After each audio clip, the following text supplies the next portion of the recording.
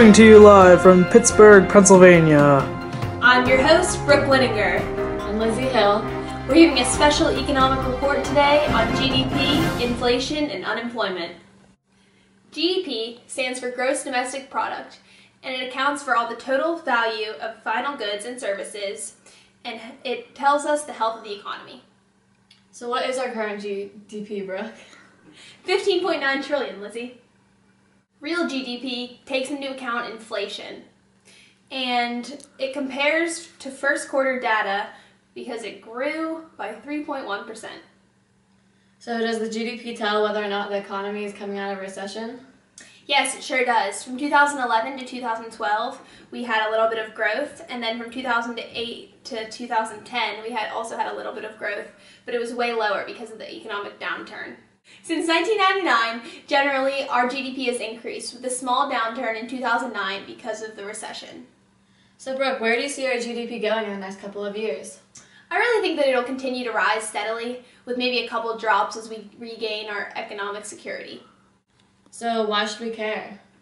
Well, Lizzie, it's a key indicator of economic health, and it'll just measure the growth or the contraction of our economy, and it'll eventually affect us as consumers.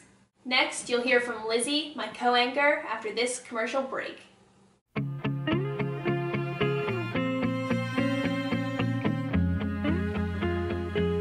Maybe she's born with it. Maybe it's Maybelline.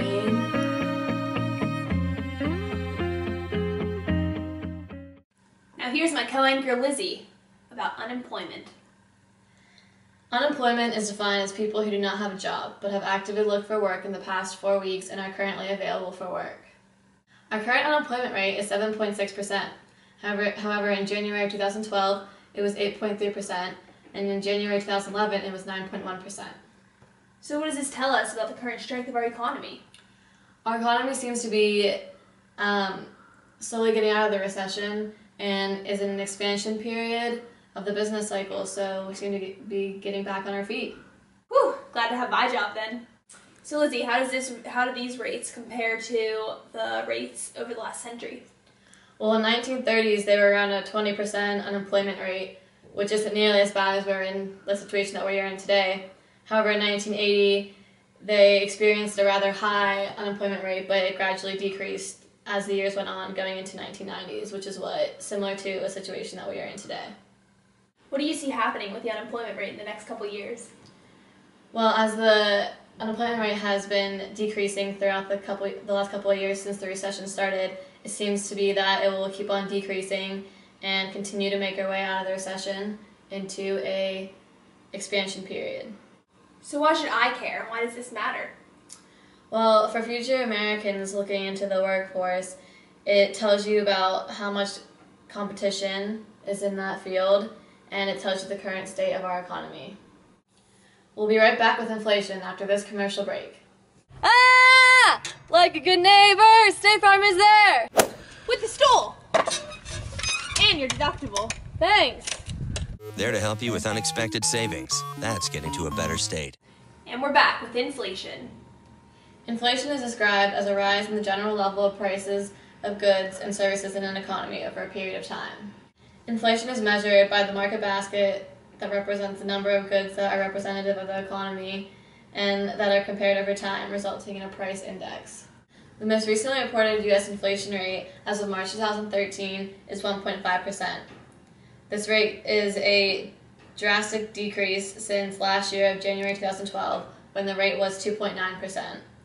And in January 2011, it was 1.6%. So it has increased and decreased throughout the years. So what does this say about the current strength of our economy? Our economy is going through an expansion period, so the value of our dollar is increasing.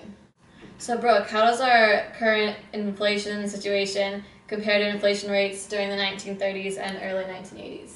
Well, Liz, in 1932, there was some extreme deflation, actually, with a negative 10.1% inflation rate. And then in 1980, there was a 13.1% inflation rate. So that just says that there was extreme deflation in the 1930s, and then by the 1980s, there was some super high inflation. So where do you see the inflation rate going in the next couple of years? I see it staying pretty steady within the 1.5% range because we're going through the expansionary period, so I think it'll stay steady and stay in a healthy range. So Brooke, why does this matter and why should we care about it? Well, Liz, it's a really good economic indicator, and it affects the power of the dollar, so it affects how much we can buy. Okay? Thank you so much for watching today. Hopefully you're more informed about the economy and you'll join us next time.